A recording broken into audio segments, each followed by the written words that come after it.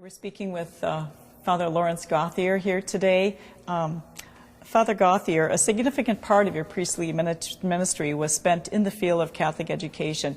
Can you briefly tell us the types of positions that you held in the Diocese of Marquette? Well, I was, at the same time that I was Catholic education director in the diocese, I was at St. Mary's in Big Bay for 12 years. And I used to take care of that parish on weekends.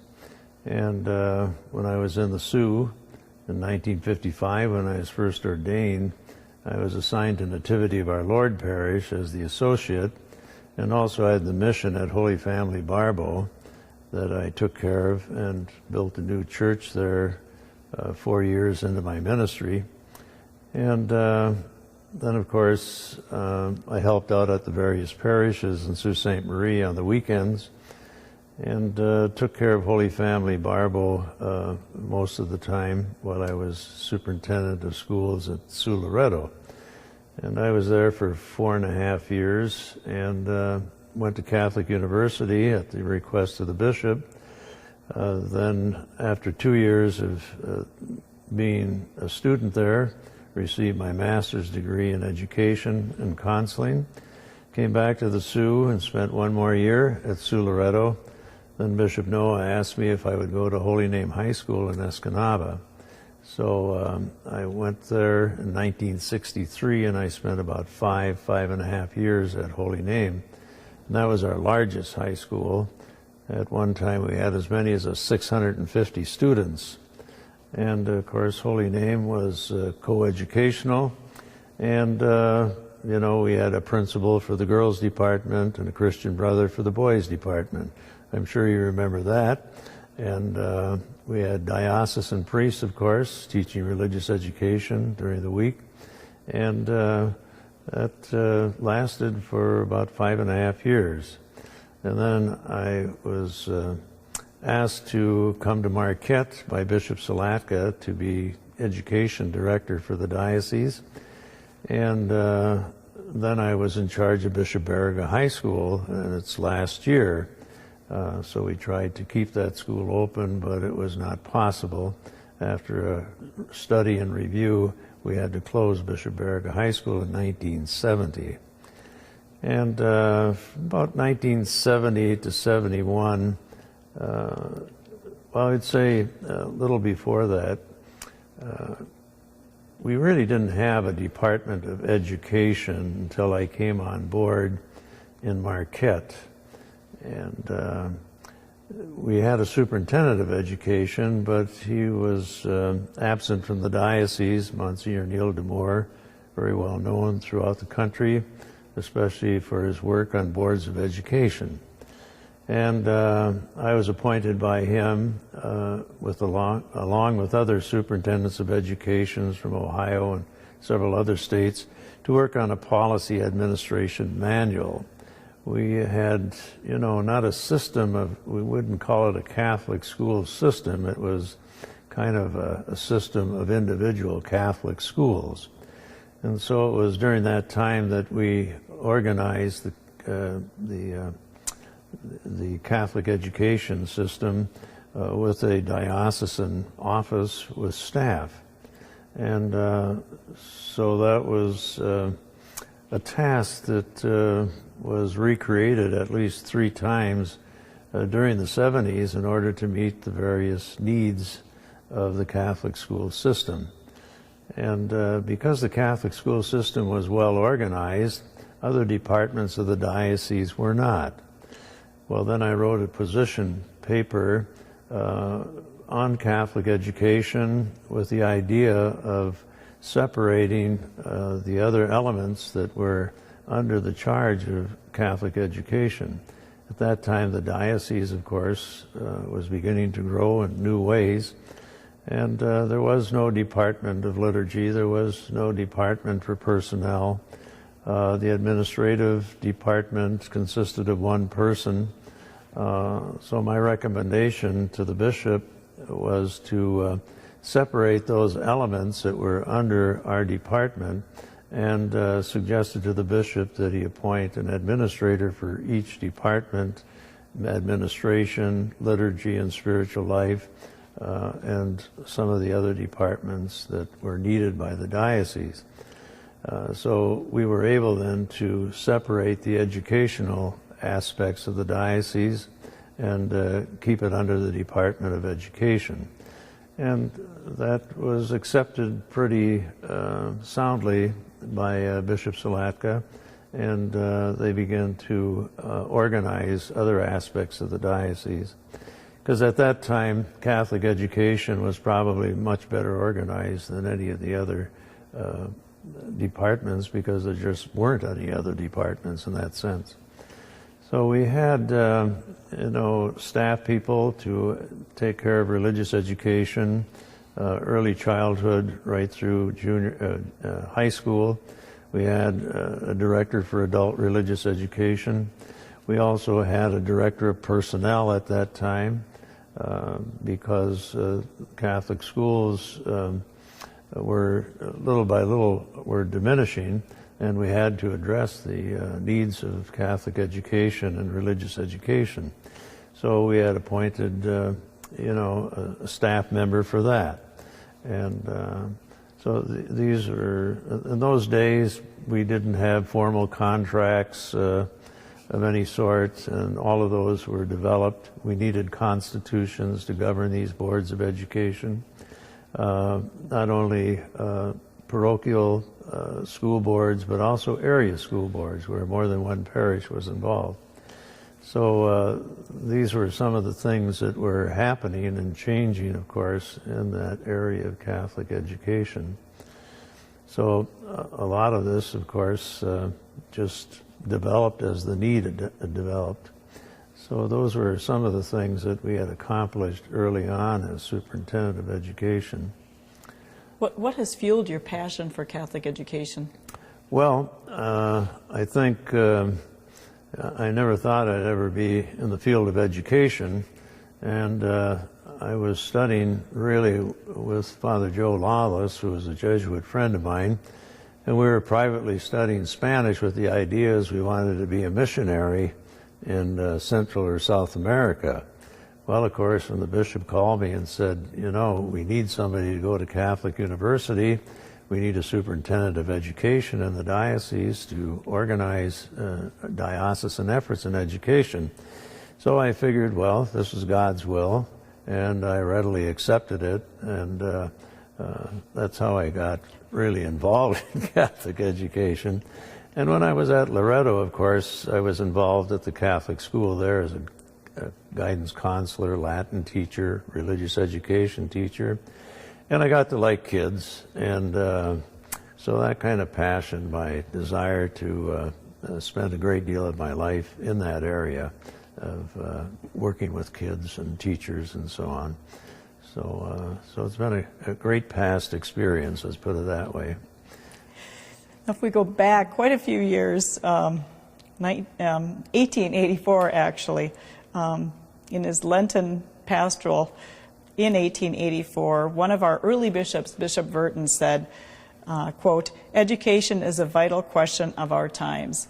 And in his pastoral, he insisted on the establishment of Catholic schools and laid out his expectation that wherever a parochial school was possible, one should be erected without delay.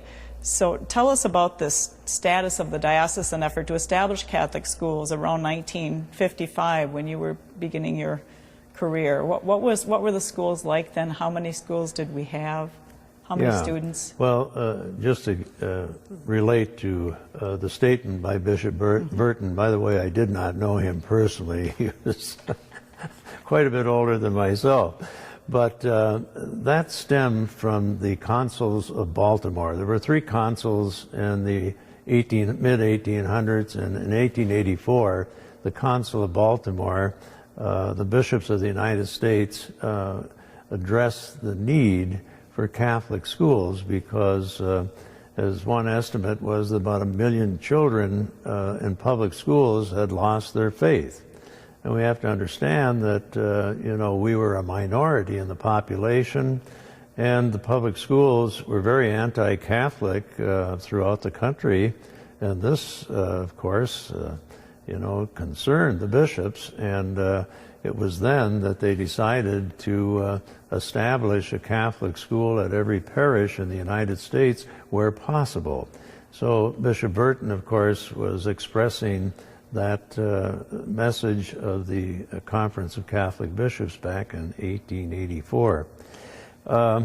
Little by little, of course, Catholic schools were erected in the early time of our diocese, and there are a number of religious orders that addressed the needs of Catholic schools. And little by little, of course, these schools were built according to their ability to be built among the Catholic people in the Upper Peninsula. And in 1964, 64 was the start of Vatican Council II. And of course, there were changes that were occurring in the church, and significant changes. And at that time, we had 30 Catholic grade schools, as I remember, and 6 Catholic high schools. And we had 10,500 or so children enrolled in our Catholic schools in the Upper Peninsula, which was, a large amount. As a matter of fact, I used to kind of brag about the fact that I had the largest school district in the Upper Peninsula because I had all the Catholic schools, in the Upper Peninsula at the time. And of course, there was a tremendous number of religious that were the bulwark of our Catholic school system. And, at one time we had something like 170 some religious that were teaching in our Catholic schools and administering them as principals. And we had maybe about 20 or so, 29, I believe, lay teachers at that time. But in a short period, that absolutely reversed itself. I mean, it was just the other way around.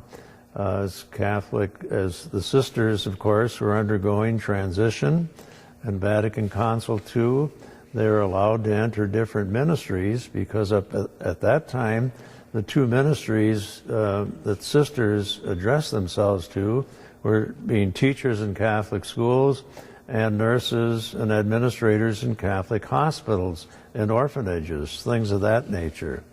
But then after Vatican Council II, religious orders reestablished themselves and looked towards other mission activities that they could enter into. And of course, as our Catholic schools decreased considerably, we needed religious education directors trained in religious education to run parish programs and also to be teachers of lay teachers that were now in our Catholic schools that didn't have this religious education background. So, this tremendous change took place in a short period of time. Not only that, but religious orders, of course, were being decimated in a sense because sometimes the Catholic school or the religious education programs were not, they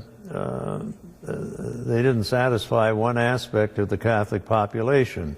We weren't going fast enough to bring about change, and the other half of society didn't want change.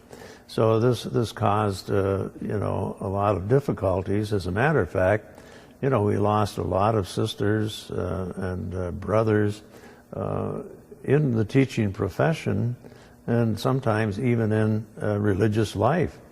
They decided that they're going to leave, and so many of them did leave.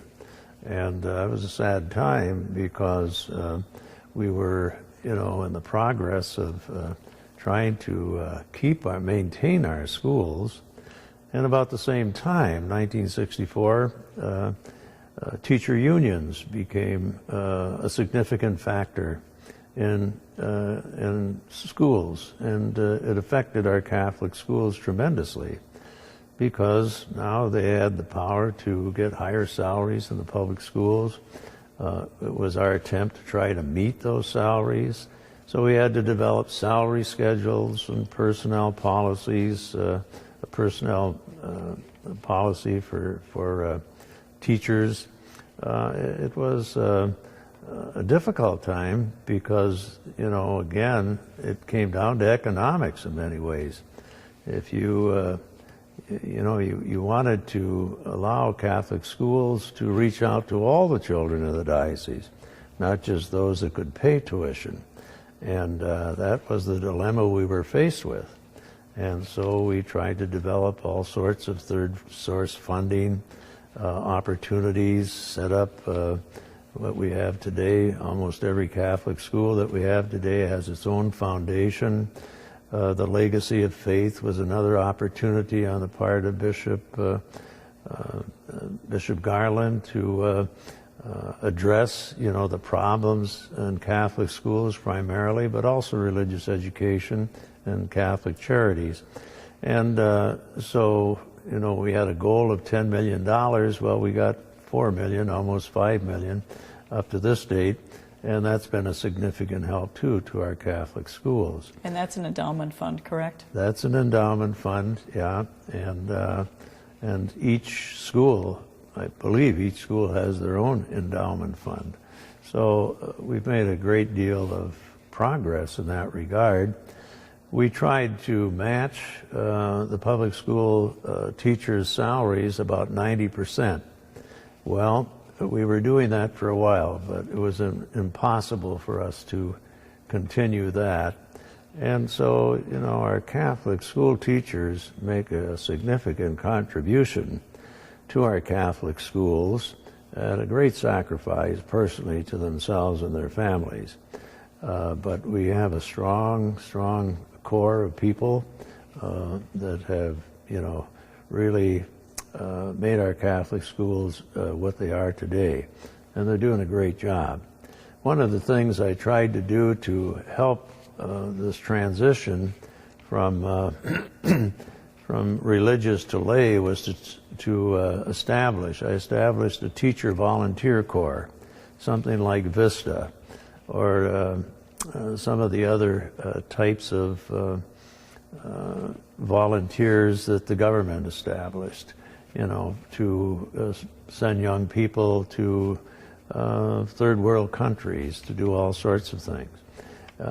So we had our own Peace Corps, so to speak, by establishing this volunteer group. And it was successful for about 4 or 5 years, and we paid a set salary. Wasn't much in those days, but $3,000. We gave them medical insurance.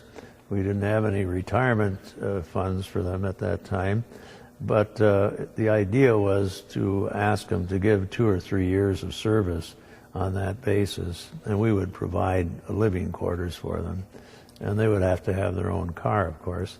Was that just in the Upper Peninsula? This was just in the Upper Peninsula, yeah. That was one of the ideas that I developed, and it was quite successful. What it did, it helped us make that transition monetarily from the religious pay, to the lay salaries. You have to understand, in 1964, all the sisters were paid was a $600 stipend a year. Can you believe that? $600 a year. So that was their stipend per sister. And, we didn't have any retirement plans for these sisters. Many of them ran their own hospitals to take care of their own. And, of course, we know that Social Security came into the picture sometime quite a bit later, and many of the orders, of course, had to buy into Social Security. That's why we have this special collection for retirement of sisters. And we still take up that collection every December to help, these religious orders take care of their aging sisters. And one of the other things that happened, too, as, things got tight for religious orders monetarily, many of them took jobs outside of the Catholic Church to get a lay salary in order to help fund these retired religious. So some of the efforts, were taken outside of the church, but they were quite successful in accomplishing some of that. And of course, we need to continue to care for our religious that, stuck around and still are living and still are being productive in some fashion or another in church and outside of the church. So all of these things, were great concerns during this period of transition. When was the peak of our Catholic schools in the diocese? Do you know the years? 1964, right around the Vatican Council. Mm-hmm. And where were these schools located? I don't mean you don't have to name every city, but I mean, were they distributed? Well, we had Catholic high schools. Unfortunately, the buildings of about 3 of those Catholic high schools were very decrepit. We had to close them because of fire marshal, concerns. We had Sacred Heart Catholic High School in Calumet. We had St. Ambrose, it's now called Queen of Peace Parish, in Ironwood. We had Bishop Barriga School here in Marquette. We had Holy Name in Escanaba. We had Loretto and Sault Ste. Marie, St. Paul's in Negaunee. And then many grade schools in addition to that across the whole Upper Peninsula? We had 2 grade schools in Sault Ste. Marie, St. Joseph's, St. Mary's. St. Mary's reopened many years later. We had a school in Newberry, St. Gregory's. We had a school in Munising, Sacred Heart, Munising. We had schools in Menominee Catholic Central, and we had St. John's School and St. Anne's School. Of course, we combined some of those parish schools into one. And we had a school in Powers Spalding, a small grade school there, believe it or not, Lance, and they're still going today. Some dentist was very kind, left $1 million foundation to that school, and that's why it's still going today. And Sacred Heart Calumet also had a grade school, and we had one in Houghton. We had a grade school in Hancock. We had 2 in Iron Mountain, 1 in Norway. We had, let's see, trying to think of the other. That's quite a few. I think the point is made. There were quite a few. It was pretty widespread across the Upper Peninsula at that time. Right. What we needed to do, Noreen, was we did the first Catholic school study in the United States. I did that with my department back in 1972, I believe, something like that. And we were the first diocese in the United States that evaluated all of our Catholic schools to see what needed to be closed or combined, whatever. We even had I even had a meeting in the early part of January of all the religious superiors in Michigan that had staff in the Upper Peninsula. And I always remember they got caught in a snowstorm, so we were snowbound for about 4 days. And that was wonderful because we were able to do a lot of discussion and a lot of innovation. Some of the schools had to be combined, and it was a good time to do planning in that way, so that we reduced our schools quite considerably in number, so that every school that was viable, of course, they had to take this study. The boards of education locally had to take this study and go through the whole thing and project a 3-year viability study. And I did that several times, and what I did then is I would take the schools and divide the many schools that we had, and did so many a year for about 4 years. And when we went to Detroit, there was a movement at that time to, I think, kind of scare the public schools, saying we're going to dump all our kids in the Catholic schools into the public schools. Well, that was a private meeting with all the bishops and the major religious superiors of Michigan. There were about 85 of them at the time. And of course, the only diocese that tried to carry through on that was the Diocese of Marquette. They all ran scared. Of course, I could understand why. But I brought my study down there, and I always remember Bishop Salatka was pretty proud because we were the only diocese that had an answer to this problem. And they shared the document, the school study that I put together after 48 hours of constant work. And the superintendents of Michigan all got a copy of that, and from there they went to do the study in their own dioceses. So it was a fascinating and exciting time, that's for sure.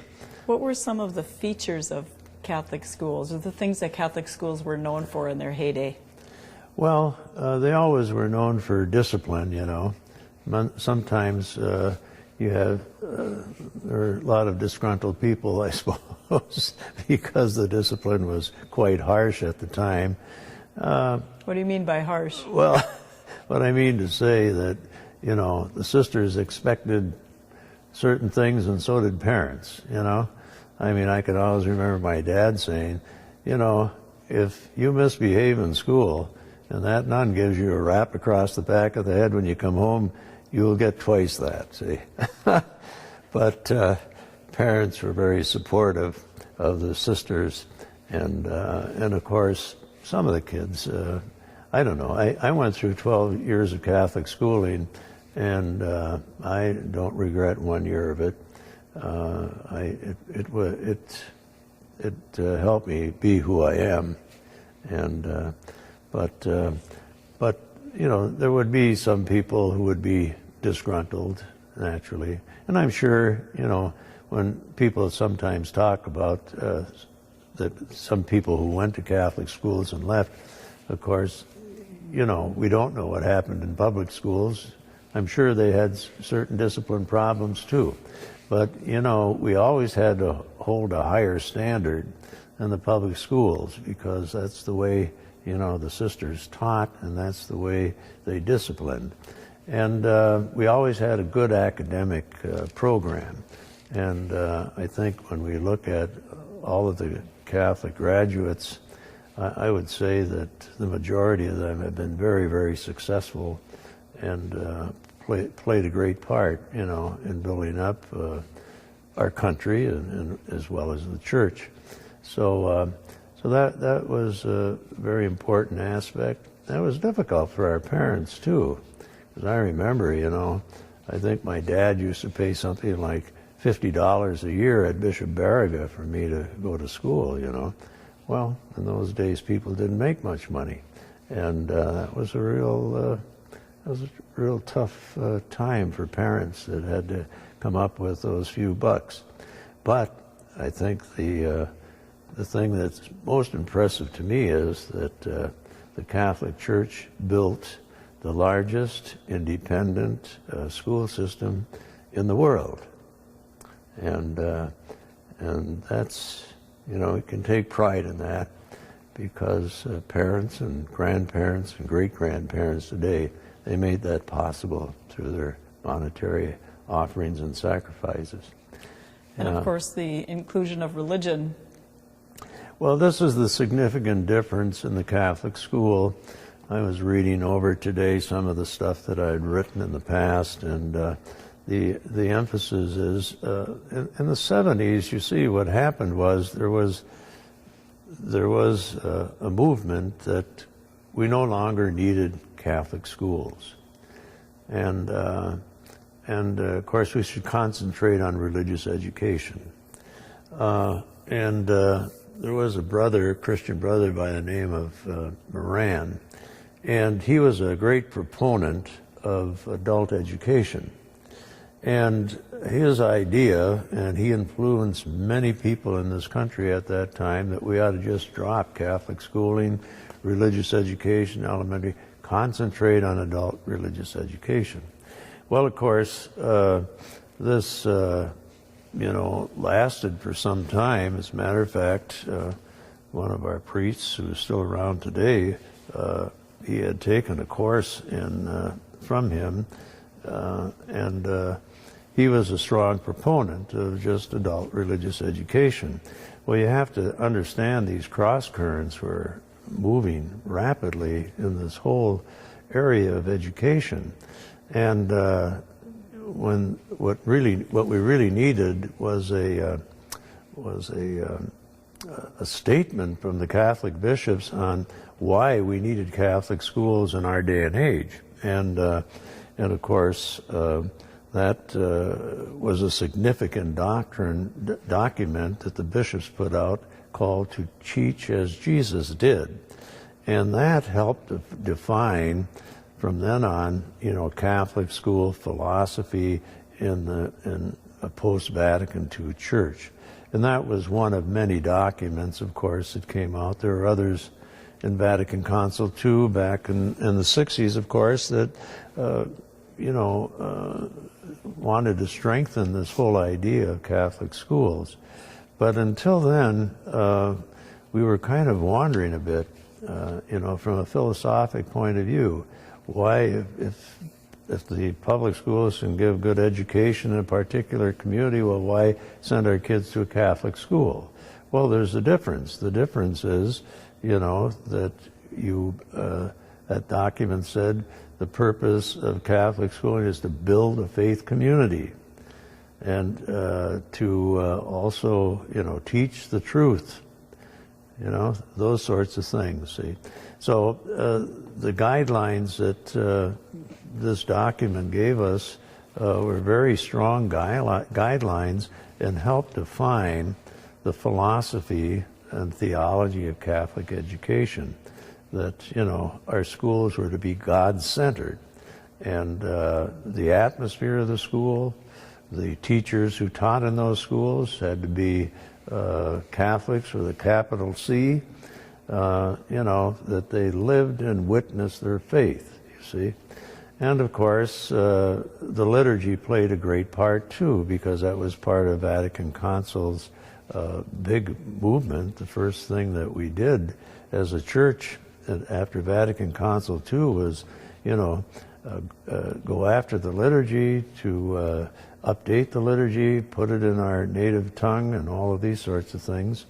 And of course, they developed children's liturgies and all of these wonderful things. So that was some of the positive things that had occurred during that period of time, in spite of all of the, what I'm trying to say, juggle for position.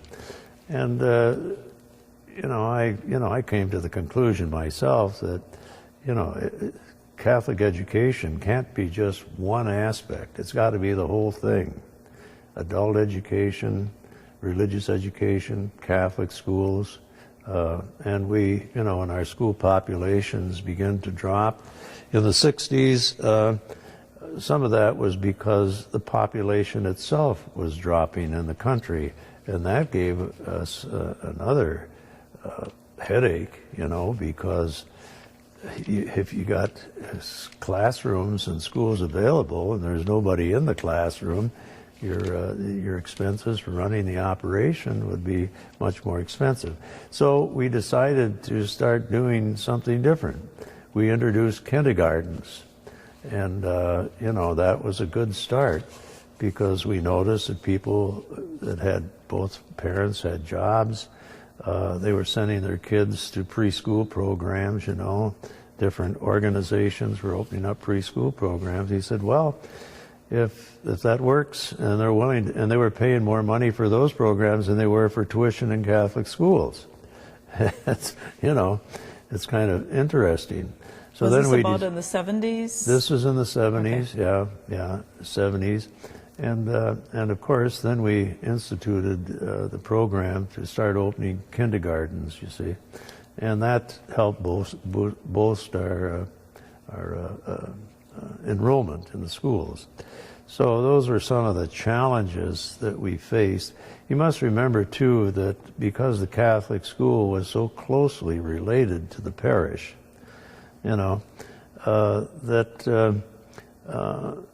when the church began suffering, the Catholic schools were the first to suffer. because the identity was so strong. The school was just part and parcel of that parish. And sometimes the school was built right onto the parish. We had a little more difficulty when we established central schools, and that was a new approach too, because we had to combine some of these schools to bring about a better educational program. And we were fortunate to have wonderful religious and lay teachers to bring about that transition. Mm-hmm. Yeah. I remember back when I was going to Catholic grade school, we celebrated Mass every day. Yeah. Was that pretty much a routine thing? That was thing? pretty much a routine thing. Now, of course, we probably do it once a week. And, we have a lot of religious education materials that can help the teachers, get a theme for the Mass and then carry that through.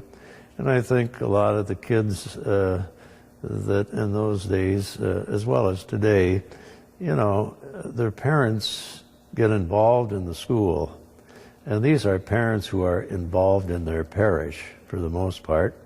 And, so we're training future lectors, and future greeters and all the things that you do in a parish liturgy for kids.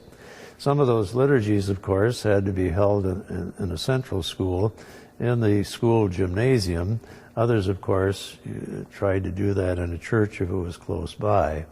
And in Marquette, it's kind of interesting because we have various parishes here. So every once in a while, maybe once a month or however, they have a Mass at St. Michael's, one at St. Louis, mostly at the cathedral because it's close by. But it's a chance, for kids to experience the liturgy in their own parishes as well as in the central school. Yeah. I also remember when I went to high school, Catholic high school, that, of course, one of the subjects taught was Latin. Was that also a common practice in the high schools in the UP? Well, yes, because, most of the Catholic schools had really, I'm trying to think of the name right now,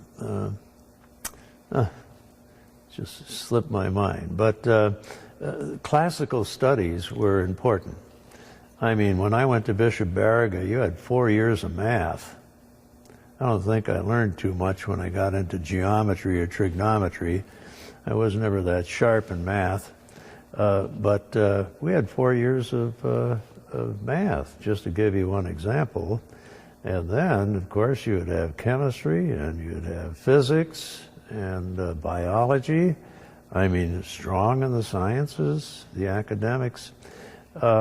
And that's why I think a lot of kids that left Catholic schools were very successful when they entered college, because the curriculum was pretty much based in colleges at that time with this more classical bent. And what it was really doing, that type of socialization and academics, was to bring about a mature person that could think and understand history and all of those wonderful things that give a great basis for education, so that you had a well-rounded person. And then, of course, as we got into college and so on, people began to diversify into all sorts of academic programs in medicine and all the other wonderful things. Today, of course, these kids are amazing. They're sitting at computers. Of course, they're at home doing the same thing. And, if we want to get instructions today as an adult, we go to one of the grade schools and find out what we need to know. But we had to adapt to that, too, in our offices. I remember, I don't need to learn anything on the computer. I got secretaries that are much better than me. Well, after a while, I realized, when the secretary wasn't around, what do I do? So all of us became somewhat savvy, with working with computers.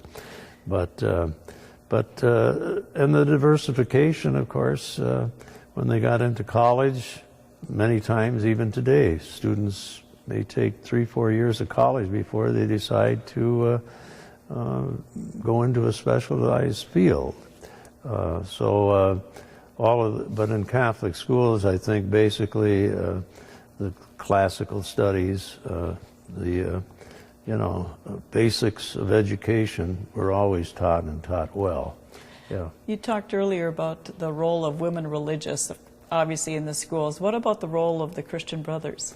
Well, the Christian Brothers, we had them at Escanaba. Monsignor Neil Demore, when they built Holy Name High School down there, he was able to get the Christian Brothers from Winona, Minnesota, which was their place of origin, to come to Holy Name. It was his idea to be able to give Catholic boys the experience of men teachers, And of course, our school was set up that way too. When I was superintendent of Holy Name, it was fascinating because I was the superintendent, but I had a sister, one of the religious, that was principal for the girls' department, and the Christian Brothers principal of the boys' department. And of course, that had to be all coordinated under the chief executive officer, the superintendent. And I think it worked quite well. I think that the parents in Escanaba found this to be, a good experience. Got to the point where, it was. Well, I think that the girls could concentrate better on their studies and the boys on theirs. However, I think the one aspect of that was that there wasn't enough socialization, between the boys and the girls. But we had our school dances, our school activities, our sporting events, and so as far as I know, there was never a boys' school cheerleader at Holy Name. So the girls and boys were separate in separate classes at some point in some of the schools in the UP, or no, just at Holy Name. Just at Holy Name. Name. That was their experience there.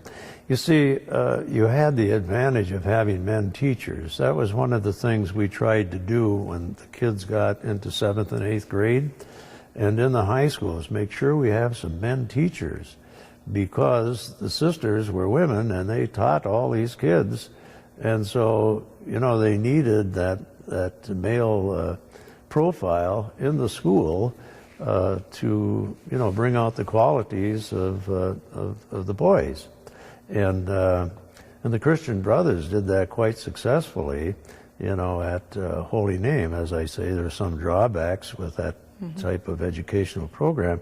But I think far and wide, as a matter of fact, on occasion I go to the reunions, and my gosh, a lot of these guys and gals at Holy Name High School were married, I mean, kids that they associated with at Holy Name, a lot of fine families were born in that school. So a lot of them met their spouses there, So I want to make sure I understand you correctly. The Christian Brothers were only at Holy Name. That's that was right. only experienced in the Upper Peninsula. Right. Mm-hmm. And was Holy Name also the only school where the girls were in separate classes from the boys for a while? Yes, yeah. Mm-hmm. Okay. Yeah. But all the other high schools, as I say, like Sisters of Loretto, this was an interesting situation. They were sisters that taught girls in finishing schools. They were from Canada. And, when Bishop Noah wanted to build a new school there, he said to the sisters, well, we need a co-educational school here. Would you be willing to teach boys? They never had that experience before, see? And as a matter of fact, I remember Loretto High School coming up here to play St. Paul's Negaunee in a basketball tournament, and Father Elmer Bears, who was my predecessor and first and only pastor, was superintendent down there at Loretto, and they had 12 boys in the high school, and all 12 were on the basketball team. And of course, it was kind of tough for those guys because, the girls were after them, as you would imagine.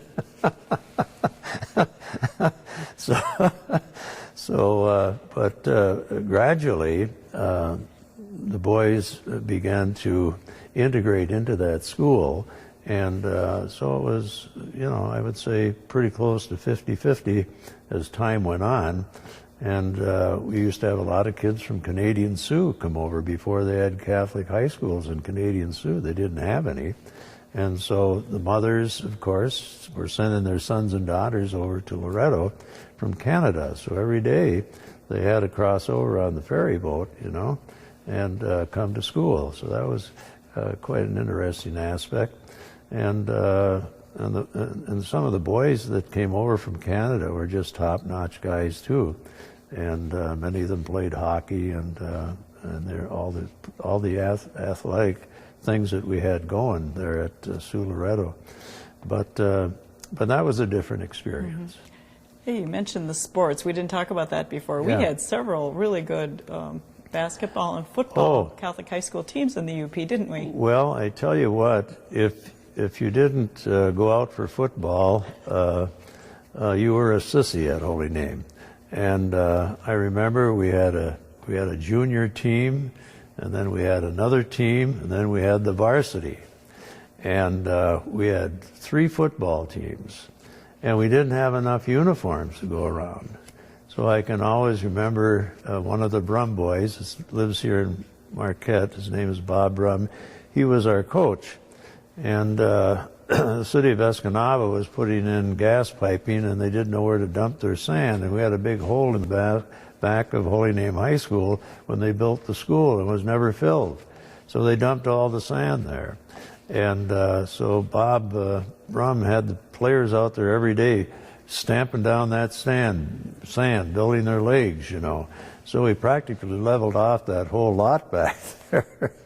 And we had a great booster club. They built a wonderful athletic field there. They even had welders there from Escanaba that worked for Harnischfeger.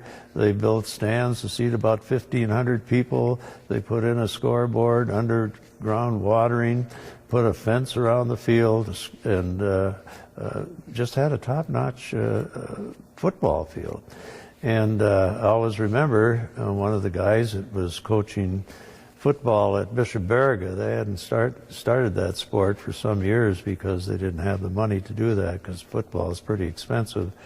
Well, he came down for a teacher's conference, and he was standing there watching these kids practice, and all you could hear is that leather smacking, bang, bang. And I always remember he shook his head. He said, "We're not ready for this yet." So that was quite an experience.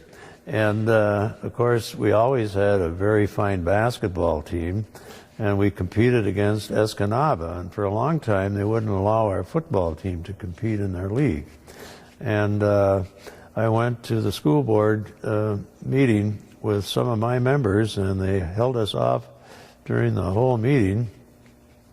And finally I told them, I said, "You know why we've been sitting here so long? We intend to get into this Great Northern League." And I said, "We have fulfilled all the requirements. We have been refused many times, and there's no reason why we shouldn't be part of this conference." Well, there was a lot of whispering going on, and in about 5 minutes we had them in the Great Northern Conference. Because I said to them, "If you refuse us, then I have to say I just think that this is prejudice. And I must," and I said, "I have here today people from the media, from TV6 in Marquette, and radio stations here in Escanaba and Menominee and Iron Mountain." And we were in the Great Northern in about 5 minutes after that little conference. So we managed to do well. We never did beat, we were in the football league with Escanaba for about 4 years, but we never quite beat them. But we did beat them in basketball on a number of occasions. As a matter of fact, when they at first refused our entrance into the league, I said, "Look," I said, "the 4 of the first 5 on your basketball team at Escanaba High, you recruited from our Catholic grade schools." So don't tell us we're recruiting from other schools, you see. So, I mean, I had to talk turkey and pretty hard at times. But we got along pretty good, you know, things went pretty well once they got into the league and so on. So we had a top-notch athletic program at Holy Name. Couldn't beat that. We had a drama department that was next to none. We tried to build up our band. That was a task because Escanaba spent more money on their band than we did running the whole high school. Yeah, that's a fact, as I remember. And I remember we hired a man from Escanaba. He was formerly from the Sioux. Henderson was his name. He's still around. And he came in to be our band director, and he taught the kids musical instruments on the side and so on and so forth. And I can always remember when they marched on the field, the uniforms didn't quite fit everybody, and I remember one kid had a hat every time he took a step, came down oversized. But it was, they did a good job. In spite of all those successes and everything, I know, well, Holy Name closed in 1971, and before that and after that, some other high schools followed, and of course, grade schools closed. Right. Was there one factor that led to that, the closure of all these schools? Yeah. In 1970, Bishop Baraga closed. That was a very sad day for me, because I was an alumnus of Bishop Baraga. And I gave the final graduation talk, and I had to dispose of the school and all of its furnishings and so on. We studied the possibility of we had built a new gymnasium, still being used today, but we needed to spend about $1 million to build a classroom section. The money just was not there. And we did a study, and I was on the Marquette Area Board of Education Study Committee for building the new high school that's presently here in Marquette. So I participated in that aspect of it. In 1971, the reason why we had to close Holy Name is you need a feeder system. And we had a school in Gladstone. We had one at St. Thomas. We had one at St. Anne's. We had one at St. Joseph's. So we had these Catholic, and St. Patrick's. So we had 4 Catholic grade schools and one in Gladstone. So that gave us 5 Catholic grade schools, and that was the feeder, see, to the high school. Well, the question was, do you close the grade schools and keep the high school open? No, that would not work, you see. The other thing is that the Catholic population at Holy Family outside of town there, Flat Rock, if you had 35 children in the classroom, 30 were Catholic. So many of those kids also came to Holy Name. In Bark River, if you had 35 kids there, you might get 25, and they bus them in from there. We had the largest school bus transportation system in the Upper Peninsula, and that was very, very costly. Matter of fact, at one time, we went even 10 miles beyond Rapid River on US 2 to pick up students to bring them to Holy Name High School. Well, of course, you know, that's not feasible, and after a while, we had to reduce our bus fleet, but that was a significant part of our budget, was transportation, getting all these kids coming in from these outlying districts, and wonderful kids out in the country, you know, from Perrinville and Schaefer and all of these small parishes and very dense Catholic area. I believe even today, Escanaba probably has the largest Catholic population percentage-wise of any town in the Upper Peninsula, probably followed by Menominee. So there was always a great Catholic presence in the city of Escanaba and those surrounding areas. I can always remember when the public schools celebrated their 100th anniversary, they invited me to their banquet. And I could proudly stand up and say, welcome to get on board. The first school in the city of Escanaba was St. Joseph's. So we've got a great history in Escanaba. Yeah. You've mentioned to me that you were involved in educational television in the Upper Peninsula. Could you tell me a little bit about that? Yes. Well, prior to Northern Michigan University taking over the television, public television, the university, of course, established a committee to deal with public television, not only television, but public radio also. That was part of it. And I was elected the first president of this board, and I was very fascinated by what we could do in education with television. And so when I was at Catholic University, I had the opportunity to go to Florida. And in Dade City, they had a Catholic, not a Catholic, but a public television station, and they were funded by the Ford Foundation. And so I spent a couple of days there looking at television as an educational instrument.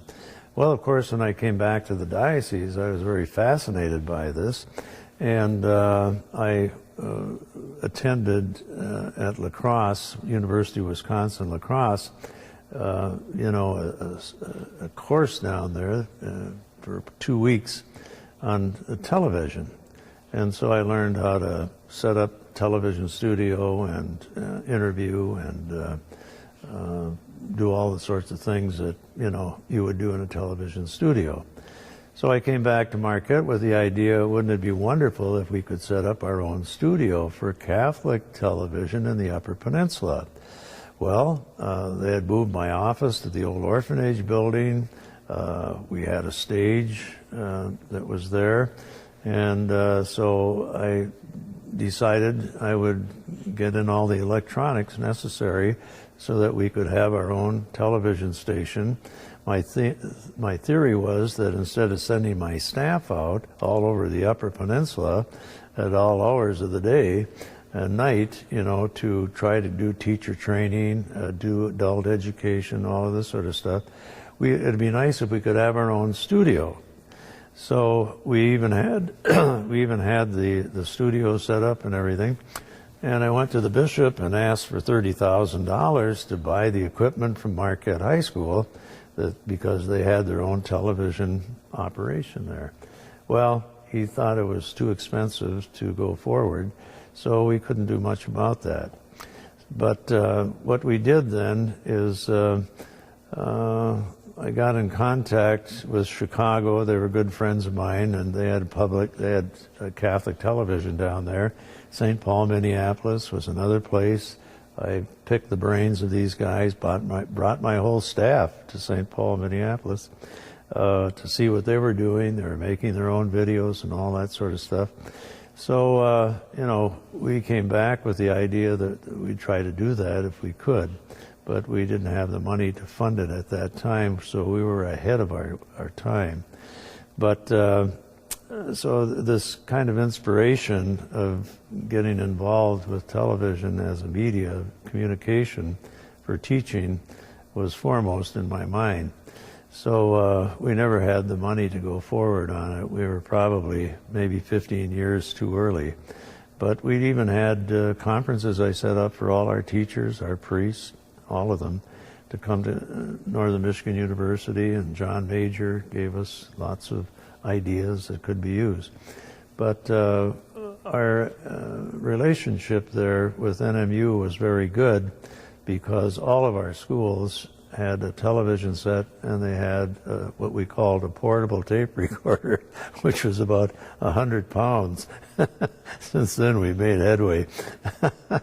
But anyway, in our schools, we're utilizing television with an airplane that was flying around with educational stations on it that our schools could pick up. See, so anyway, you might say that that was a shot towards the future. But anyway, it was a good try.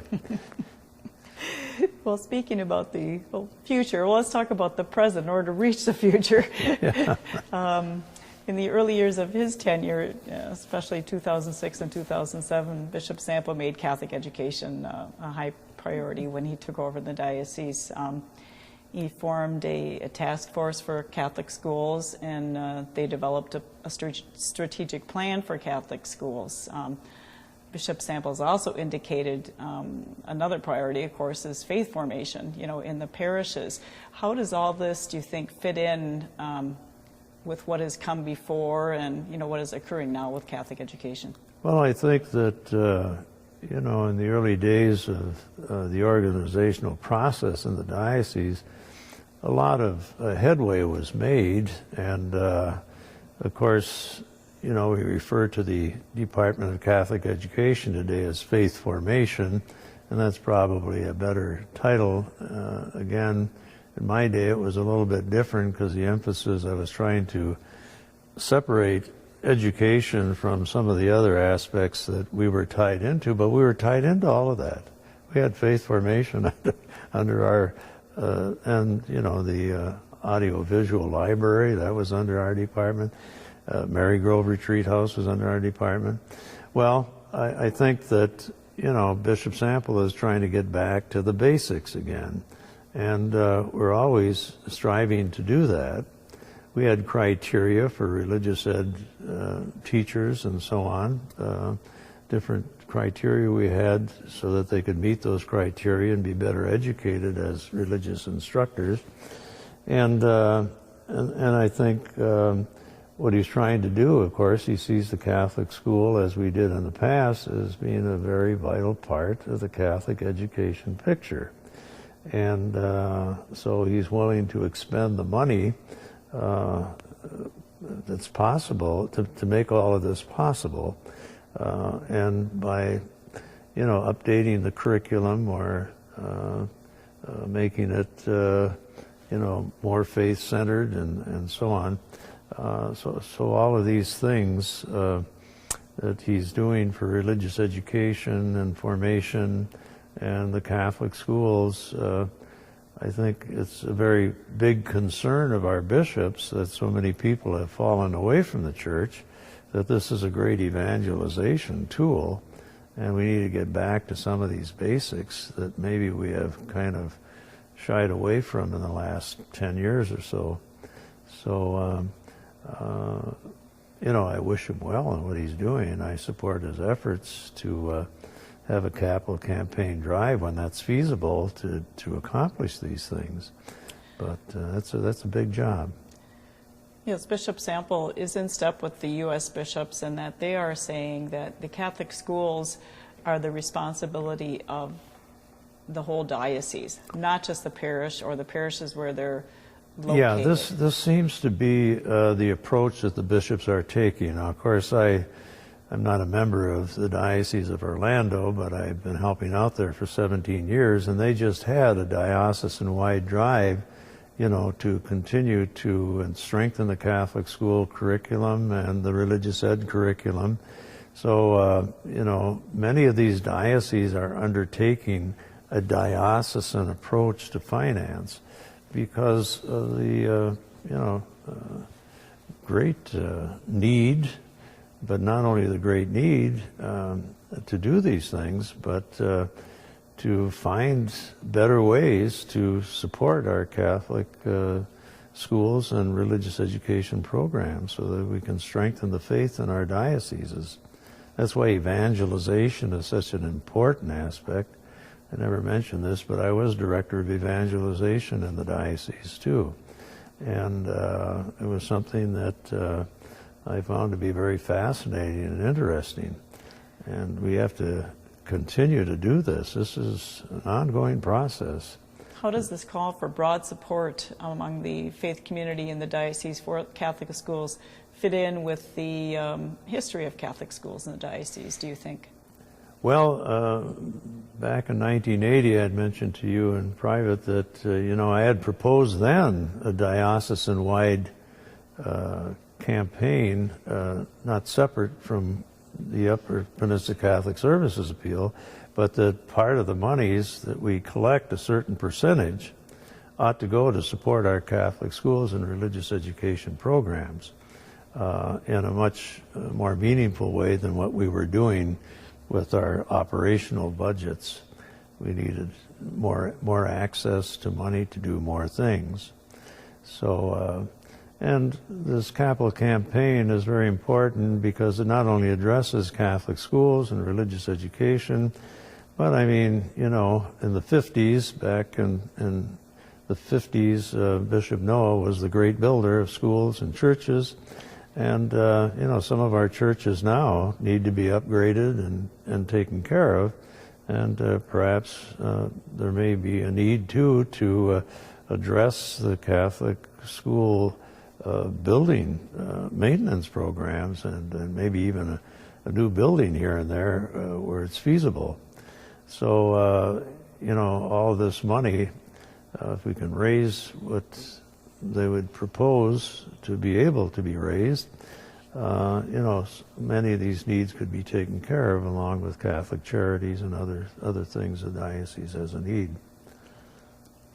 What do you see in the future for Catholic schools, especially in this diocese? Well, I think that the vision of leadership has to come from the bishop, and I think Bishop Sample is giving us that vision and that leadership. It's not an easy sell, but it's something we have to convince our Catholics to do. And, I used to tell Catholic parents that the most important thing in any person's life, is their children. And the most important thing you can do for your children is to pass on the faith. There's nothing more important than that. Otherwise, all the other things you do can go to naught. But, if I were a Catholic parent, I would expend as much money as I possibly could to ensure that the Catholic faith, is being ingratiated in my children and finding ways to make them responsive to their faith. Do you see that coming in the future through Catholic schools and through parish faith formation programs? Oh, yeah. I mean, my whole life has been centered on total Catholic education. I used to use that word, total Catholic education. There's no one aspect of the church's ministry that's going to save any of us. We need to do it all and do it the best we can, see, because that's, you just can't, put all your money in one direction, all your efforts in one direction. I mean, we have a total need of Catholic education, adult formation, the RCIA, all of these things are just part and parcel of the ministry of the church. And you just can't concentrate on one aspect and say the other is not important. We made that mistake back in the 70s. See, we made that mistake during that very controversial time when they wanted to close all Catholic schools. Just concentrate on adult education, you see, or just concentrate on primary education. So the need for Catholic education, you have to have a total vision, and you have to address each part of that vision to the degree that you possibly can, and our Catholic people have to stand up strong You know, their ancestors made it possible to do what we did in the early part of this century. And hey, if they could do it with a few pennies in their pocket, we can do it. We're much more sophisticated today. But we have to set our priorities, you know. We have to think of funding things in a different way. That there are a lot of things that people consider to be necessities today that aren't necessities. Nothing's more important than religious formation, and that's primary. There are a lot of other things that can go by the wayside that we can do without. And we're finding it in this economy. Everybody's cutting back in some fashion or another. They have to. And if they can do it now, then maybe it's time to think about it even more sincerely as we head into the future, so that we can achieve the things that the church must achieve in faith formation. Would you hazard a guess as to what our Catholic schools and our parish faith formation programs are going to look like, say, 20 years from now? Well, I'll have to be looking down from heaven, hopefully not looking up from some other place. Well, I don't think I could hazard a guess. 20 years from now, oh my goodness.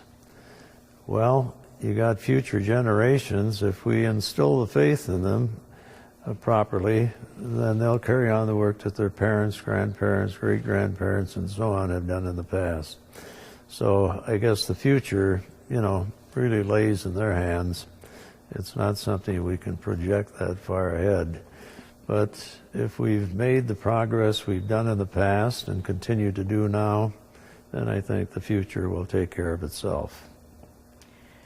Your legacy of Catholic education has been woven of many threads, acts of service, administrative leadership, the lives you've touched, and the ways that you've supported and sustained Catholic beliefs and values. What are one or two threads of your legacy that you hope will endure well into the future? Well, I would hope that, you know, the lives of the children that we touch today will be the legacy of the future, not only for someone like myself that has gone through many, many years of struggles with Catholic schools and Catholic religious education, adult education, but, you know, I hope that that legacy of Catholic schooling and faith formation, you know, will generate the same enthusiasm that people are generating today, and will hopefully continue to do that in the future. As I say, I just think that our children, they are the most important thing in people's lives. And I would say that the premise of taking care of their lives is a strong faith formation in whatever aspect of education the Church is able to provide through the generosity of parents. Is there anything further you want to add to this lengthy conversation on Catholic education? I know you could tell me many, many more stories, but is there anything you want to leave people who may be watching this video with? Well, I think just what I said. The future is in the hands of the future generation, and how we address their needs in terms of a strong faith formation, so that if we can address that, then they can go out and evangelize, to be witnesses to the faith, and encourage others, you know, to follow in their footsteps. So, you know, that's the legacy of every generation, to pass on the faith. And we try to do it in the best way we possibly can, and to the fullest extent we can. And that's, you know, I think it's been a lifetime of work in my mind, in my own personal life. And hopefully it will be in the lives of the present generation and the future generation to do the same thing. So we can have wonderful graduates like yourself from Holy Name High School that enjoyed Catholic schooling. And look at you today. You're the communications director for the diocese, and you're using your talents and your abilities in a very positive way, again, to carry on the faith formation of future generations. So I thank you for inviting me to this interview. Well, thank you very much for your graciousness in doing this interview, and also for your many, many years of service to the Diocese of Marquette. Thank you very much.